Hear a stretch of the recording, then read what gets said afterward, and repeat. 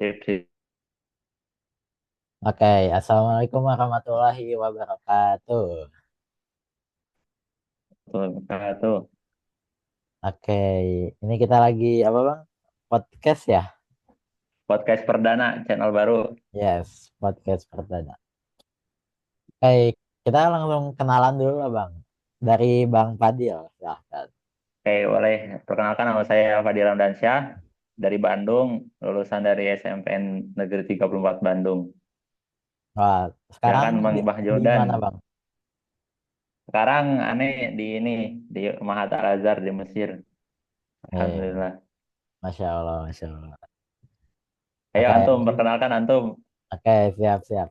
Perkenalkan nama anak Muhammad Juhdan Imaroh. Anak dulu pas S SMP tuh di MTS Husnul Khotimah. Lalu SMA Daerah sekarang mana di itu? Husnul Khotimah di Kuningan bang, dekat Cirebon. Kuning. Siap, Nah sekarang tapi nggak ngelanjutin di pondok, sekarang di SMA 12 Bandung. siap. Oke, nah kita tanya-tanya Bang Fadil dulu lah sekarang. Boleh, boleh. Nah, dari dasar dulu deh. Karena Bang dulu di SMP kan, SMP 34. Nah, kenapa sekarang bisa jadi ke Mesir? Oke.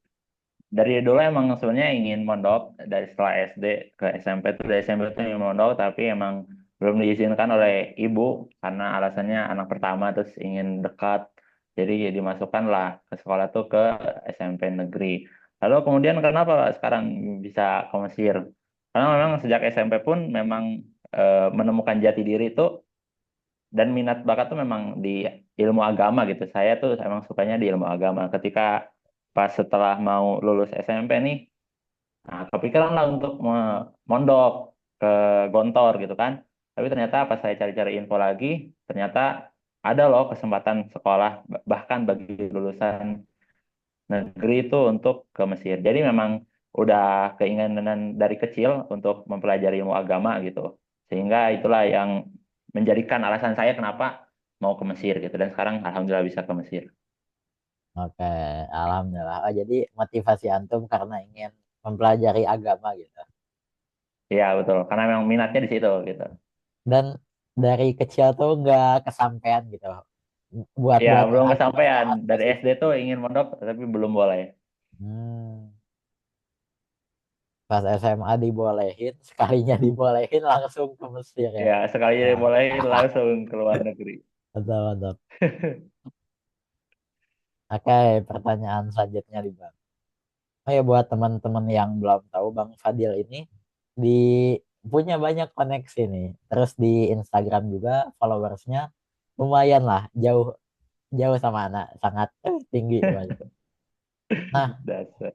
tapi Bang Fadil ini milih buat hiatus Instagram nih. Nah, itu alasannya kenapa Bang? Baik, hiatus Instagram saya di akun pertama, meskipun kemarin memang sempat buka juga di akun kedua, tapi memang sangat sepi gitu, nggak terlalu ramai banget kayak akun pertama. Hmm. Alasan saya hiatus itu salah satunya memang untuk fokus sama plan-plan yang di sini, karena memang di sini waktunya itu berdempetan antara plan satu, plan 2 itu sangat berdempetan gitu waktu-waktunya. Jadi memang di sini memang harus kebut karena kan dari SMP kemudian ikut percepatan dan juga memang sebenarnya harusnya ditempuh dalam beberapa tahun gitu. Sedangkan alhamdulillahnya aneh dapatnya percepatan. Nah, itu yang membuat aneh harus fokus banget gitu sama plan yang bahkan aneh tuju gitu. Itu yang pertama. Kemudian yang kedua, karena memang udah kenyang juga, Oh, ataupun memang udah bosen sama kehidupan di media sosial, sehingga aneh kira butuh waktu istirahat atau rehat gitu, mengambil istirahat lah. Ya mungkin beberapa bulan, beberapa tahun kan aneh nggak tahu gitu. Tapi intinya karena aneh ingin lebih merasakan gitu kehidupan yang sebenarnya gitu. Meskipun dulu aneh pernah main game dan itu berhenti, alasannya juga sama untuk aneh lebih fokus kehidupan yang sebenarnya.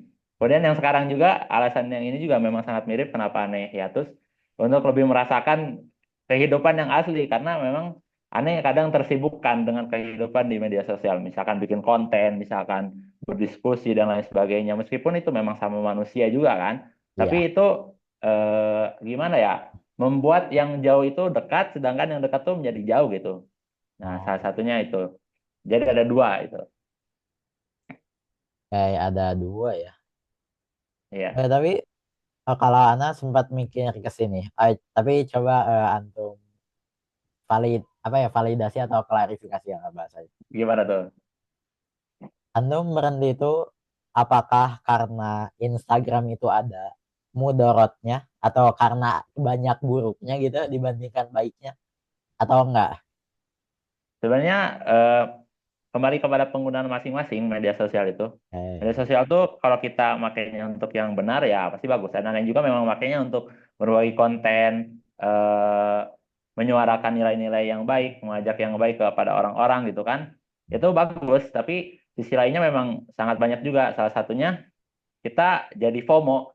Ketika kita misalkan ketinggalan informasi tentang teman kita, atau kita ketinggalan informasi tentang politik atau isu negeri kita, sehingga kita menganggap diri kita tuh FOMO. Nah, salah satunya itu. eh, Kemudian eh, mungkin kita melihat pencapaian orang lain dapat sesuatu, orang lain juara, orang lain punya mobil baru, motor baru dan lain sebagainya. Itu kadang kalau kita lihat di Instagram atau di media sosial yang lain, itu menimbulkan seperti rasa cemburu atau seperti rasa insecure atau seperti rasa tidak percaya diri ketika melihat pencapaian orang lain. Itu salah satu efek buruknya dari media sosial menurut Anda ya.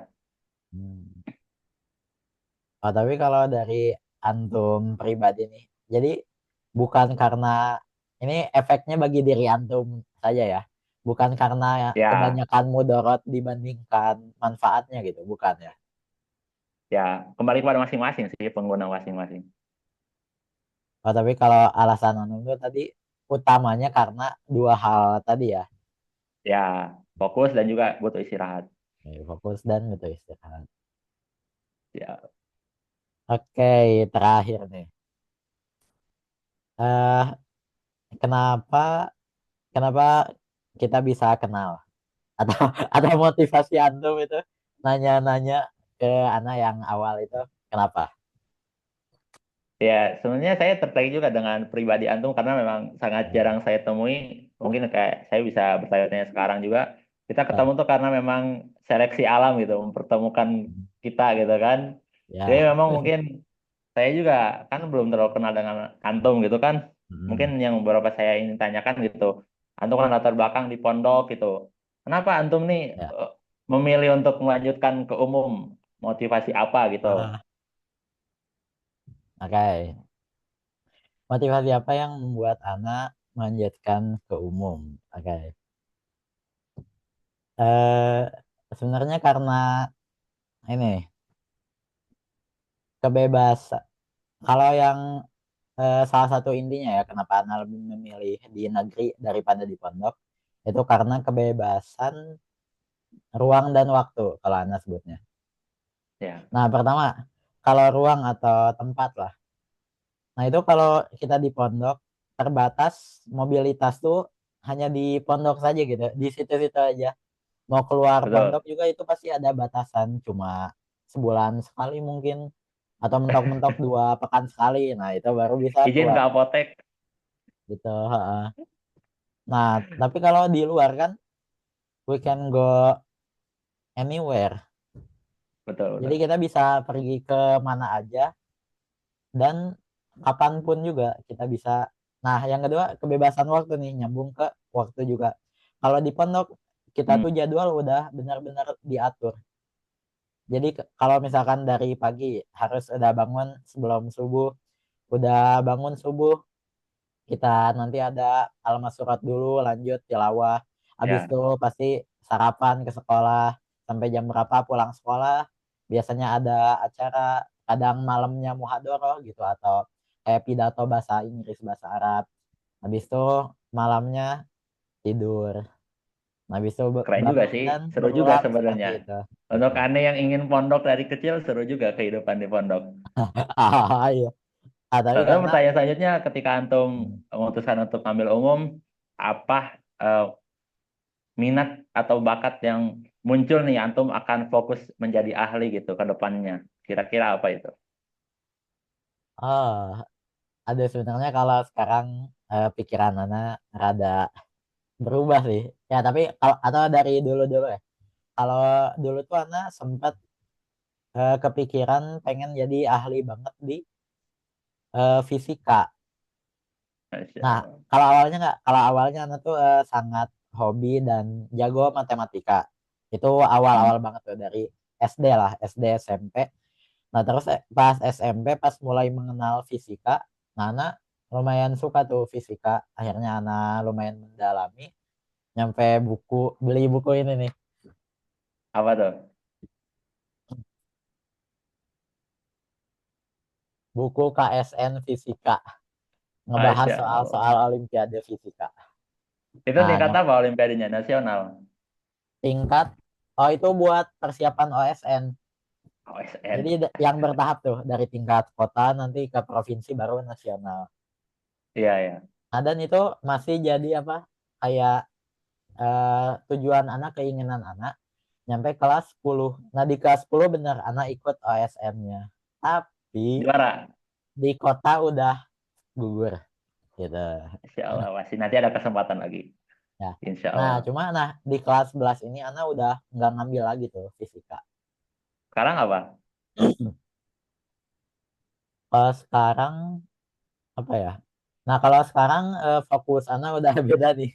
Bukan di akademik, tapi lebih ke organisasi kalau sekarang tuh. Oh, alah. Iya, ya. Karena anak ikut 3 ekskul atau organisasi lah. Dan di tiga-tiganya itu megang jabatan. Makanya sibuknya di situ sekarang. Keren-keren. Gitu. Oke, kan ini kita sebagai Gen Z nih, pasti banyak banget nih perubahan teknologi yang terjadi pada masa kita. Kalau menurut Antum sendiri, kira-kira apa sih efek dari cepatnya perubahan ini atau apa sih kesulitan Gen Z ini untuk menghadapi perubahan yang sangat cepat ini? Oke. Kesulitan untuk. Nah, ini ada kaitannya juga terkait plus minus di pondok sama di luar. Ya, Nah, betul, kalau di betul. pondok itu kita cukup terisolasi dan untuk mendapatkan informasi itu cukup minim ya, informasi terbaru dari luar dunia pondok gitu. Ya, Nah, contohnya Ana jadi keinget dulu Ana tuh buat dapat informasi dunia luar pondok, Ana sore-sore ke perpus baca koran yang dikirim tiap hari gitu. Masya Allah. Gitu. Jadi tahu berita-berita politik segala macam dari koran. Nah, tapi kalau gitu kan kayak ke filter gitu kan dunia kita. Betul. Jadi informasi-informasi tidak terlalu banyak yang beredar gitu. Sehingga filternya juga lebih mudah. Nah, tapi begitu keluar pondok, nah ini benar. Nah, juga merasakan bahwa informasi itu sangat banyak beredar, terutama media sosial lah, Instagram, atau yang main TikTok, di TikTok berita-berita, dan kadang tidak terfilter. Iya, betul. Berarti Nah, memang salah satunya informasi yang sangat gampang untuk menyebar. hmm, Dan itu kalau menurut Anda sendiri ya, ketika memang informasi itu sangat gampang menyebar itu, kadang kita jadi apa ya, mindset kita tuh jadi ngambil yang simple-simple aja, mau cepatnya aja gitu, mau cepat nah, jadi. Jadi kadang satu yang hilang dari Gen Z itu kita tidak menghargai apa ya, proses gitu. Kita hanya ingin benar. hasil gitu, begitu cepat tanpa kita ingin memaknai terlebih dahulu proses yang sedang kita apa lakukan. Misalkan sekolah. Kita tahunya hanya cepet-cepet lulus tahun berikutnya gitu. Tapi kita nggak Nah, pernah tuh kepikiran dalam 1 tahun ini kira-kira kita tuh sebenarnya belajar itu untuk apa sih? Ada nah, satu setuju. pertanyaan yang mungkin sering kita hilangkan itu apa? Why? Kenapa? Kenapa Hmm, kita belajar? Kenapa kita dididik seperti ini? Nah, kadang mungkin menurut Ana ya, satu yang hilang dari Gen Z itu apa ya? Pemaknaan dari proses itu sendiri. Jadi Gen Z itu ingin cepet-cepet beres, ingin cepet-cepet ya dapat hasil dan juga karena memang didukung hidupnya udah serba enak, hidupnya manja, tidak merasakan bagaimana perihnya orang tua zaman dulu gitu kan itu yang mungkin pasti berefek juga pada faktor-faktor kehidupan sosial kita ya, perilaku dan juga setuju. Hmm. bagaimana SDM dari Gen Z sendiri gitu. Hmm. Mungkin lainnya ada tambahan dari antum sendiri, bagaimana? Nah, ya, lanjutan dari apa? Efek tadi informasi yang tidak terfilter dan kalau dari Ana, oh ini sama aja sih sebenarnya kayak dampaknya kan bagi Gen Z. Ya, Nah, kalau dari Ana kan tadi setuju benar pertama mindset instan, pengen cepat ya, apa-apa. Dan menurut Ana yang kedua itu yang Antum sampaikan tadi juga FOMO. betul. Jadi takut ketinggalan informasi apa-apa. Padahal kan kalau kita lihat dari zaman dulu, orang tua tuh dapat informasi tuh susah loh. Kayak buat Ya, komunikasi aja kan butuh dulu pakai surat kan komunikasi, nggak ada WhatsApp, Gmail gitu kan. Jadi betul. buat komunikasi saja susah gitu. Tapi sekarang kita dengan banyaknya informasi, wah karena saking banyaknya gitu, apalagi kalau orang yang udah FOMO, dia Hmm, pengen terus dapat informasi, padahal tanpa dia sadari mungkin informasi itu akan sangat banyak dan betul, yang harus poinnya adalah seharusnya tuh kita kita nggak harus tahu semuanya loh betul. jadi kita harus cukup tahu hal-hal yang penting saja untuk diri kita bahkan ini jangan terlalu peduli orang lain gitu. Maksudnya bukan kayak nggak boleh peduli lingkungan gitu. Tapi Ya, kayak ya. apakah Anda sudah peduli terhadap eh, lingkungan terdekat Anda, keluarga lah. Ya. Jangan sampai Anda kayak mikirin mikirin apakah si ini teh si A dicerain sama si B, terus apakah si A-nya baik-baik saja Anda mikirin sampai sejauh itu, tapi keluarga Anda belum makan, itu nggak Anda pikirin. Nah, jangan sampai kayak Betul, gitu. betul. Salah satunya Nah, memang karena saking hmm, banyak informasi itu, sehingga kita malah terlalu sibuk dengan urusan ya, orang lain, sampai kita melupakan diri kita sendiri. jadi jangan jangan FOMO lah. Nah, sama Ya, ada lagi menurut anak. Itu tuh lebih ke dampak dari video jangka pendek. Misalkan kalau betul. Instagram kan ada apa feeds. Terus Ya, TikTok itu TikTok TikTok, mayoritas scroll. pendek semua kan. Nah itu tuh berpengaruh ke pola pikir kita. Betul. Jadi pengaruhnya tuh apa? Video jangka pendek itu menurut penelitian juga itu membuat otak kita tuh jadi lambat. Jadi susah untuk Hmm, merespons informasi. Karena begitu kita lihat misalkan lihat video bentar scroll scroll scroll. Nah itu tuh ngebuat fokus kita hilang. Habis itu betul, betul, membuat kita juga pikirannya jadi lambat. Jadi betul. nonton video yang panjang, misalkan podcast kayak gini atau berita-berita Pasti informatif males. yang panjang, itu tuh malah jadi bosen gitu, malah jadi tidak. Ya, betul. Nah itu dampak Menurut dari Anda juga salah satunya sebenarnya harusnya kita bisa memanfaatkan gitu banyak informasi itu untuk semakin kita banyak mencari ilmu pengetahuan. nah, Tapi menurut Ana adil-adil aja sih. Kita lihat orang-orang terdahulu, orang-orang besar terdahulu, ilmuwan, ulama dan sebagainya. Mereka untuk mendapatkan informasi atau ilmu itu bahkan butuh waktu berhari-hari, berbulan-bulan perjuangan yang sangat luar biasa. Tapi hasilnya apa? Hasilnya sangat bagus, sangat luar biasa. Dan mereka bisa menguasai banyak bidang keahlian.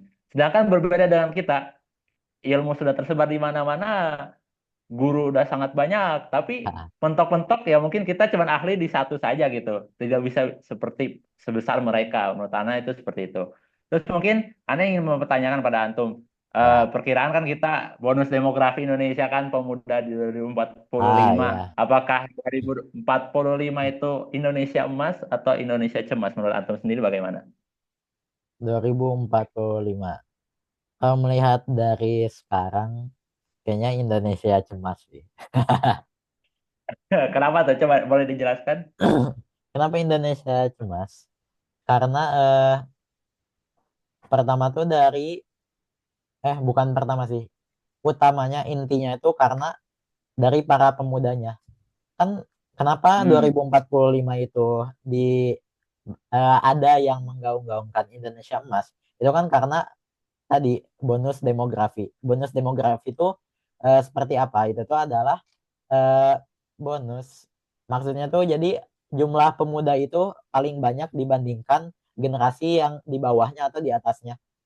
Jadi, tapi Ana nggak tahu ya statistiknya berapa persen, tapi intinya kayak pemuda itu Ya, populasinya paling banyak, yang generasi yang lebih tuanya atau orang tuanya itu lebih dikit, dan generasi anak-anaknya tuh lebih dikit juga. Jadi kebanyakan mayoritas pemuda. Nah, kenapa menurut Ana cemas?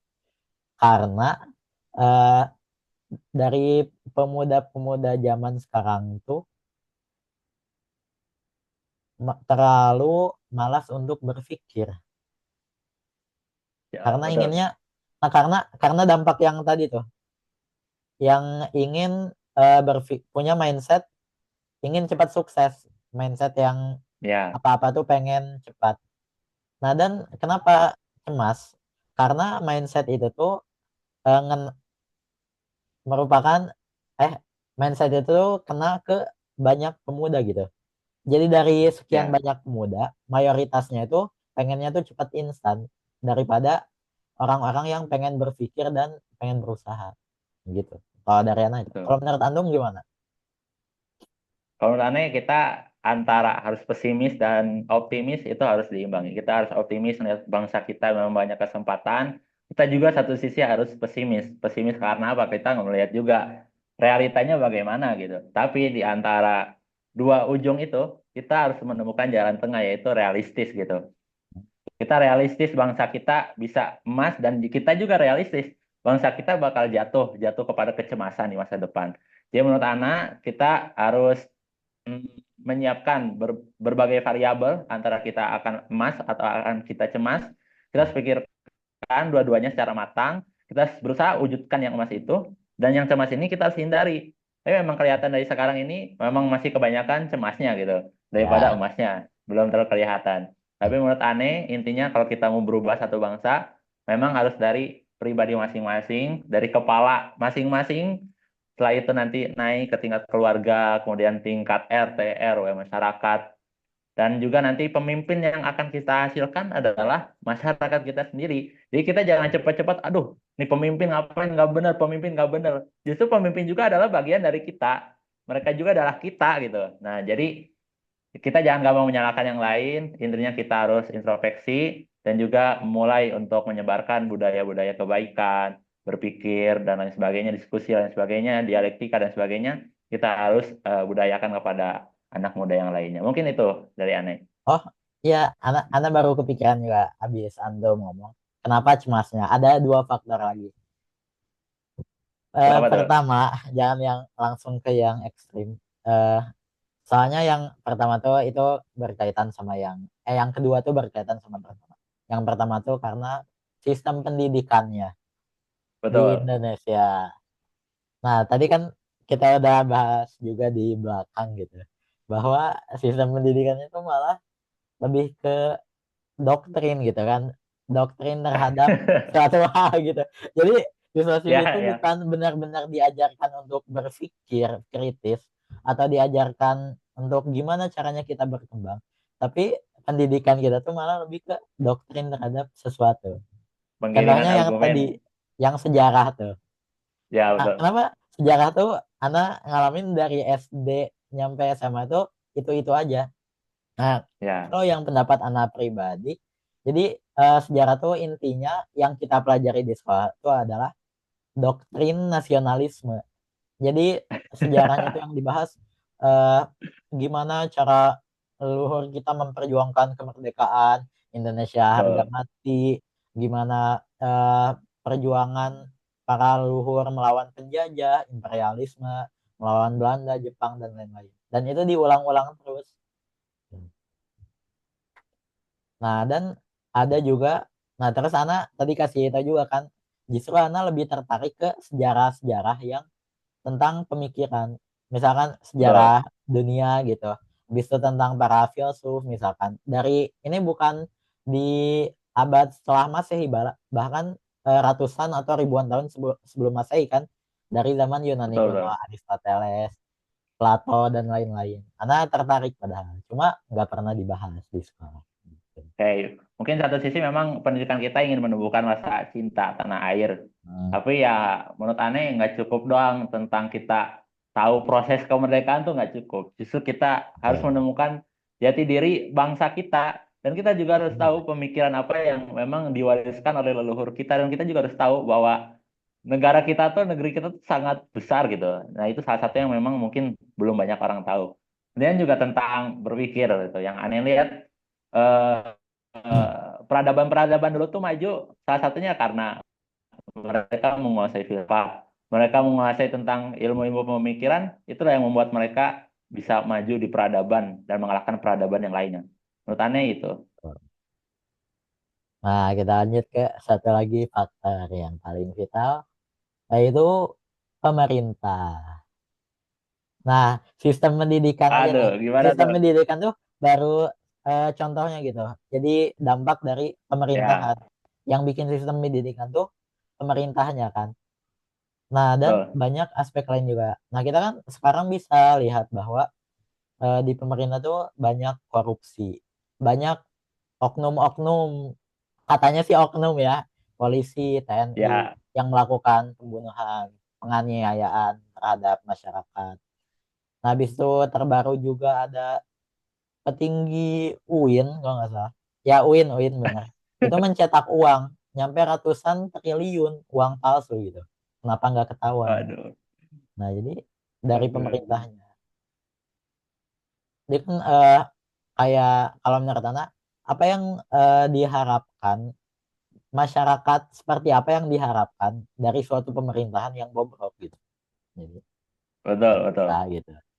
Memang dua hal itu ya, pendidikan dan pemerintahan tuh memang sangat butuh gitu. Tapi memang yang awal yang paling penting itu pendidikan sendiri. Kita harus benerin pendidikan meskipun misalkan pemerintah kita belum bisa mewujudkan. Iya. Setidaknya kita yang muda-muda ini perorangan, Hmm. kita mewujudkan terlebih dahulu pendidikan yang baik untuk orang-orang yang misalkan belum mendapat pendidikan, belum dapat akses pendidikan yang baik, kita mulailah gitu dari meskipun dari obrolan kecil seperti ini itu Nah, bisa setuju. mendidik orang gitu. Terus juga memang apa ya, pendidikan dan pemerintah itu harus berdamai. Kita lihat Ya. peradaban dulu, bagaimana pemerintah yang dia tuh mendukung ilmu pengetahuan, maka peradabannya itu akan maju.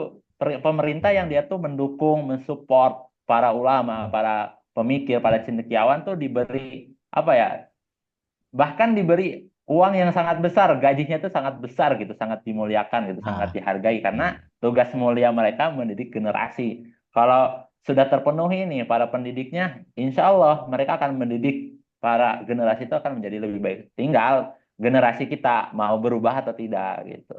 Iya, benar, setuju, setuju. Seperti yang ada di zaman siapa itu? Atau dari yang ini dah. Aduh, yang di Islam anak lupa lagi. Kalau yang Jepang pas dibom nuklir kan, pas semuanya Ya, hancur, yang pertama dibangun apa kan? Pendidikan dulu. Yang dicari betul, berapa guru yang tersisa agar nanti betul, bisa betul, mendidik masyarakatnya dan membangun peradaban yang baru, peradaban yang lebih baik. betul.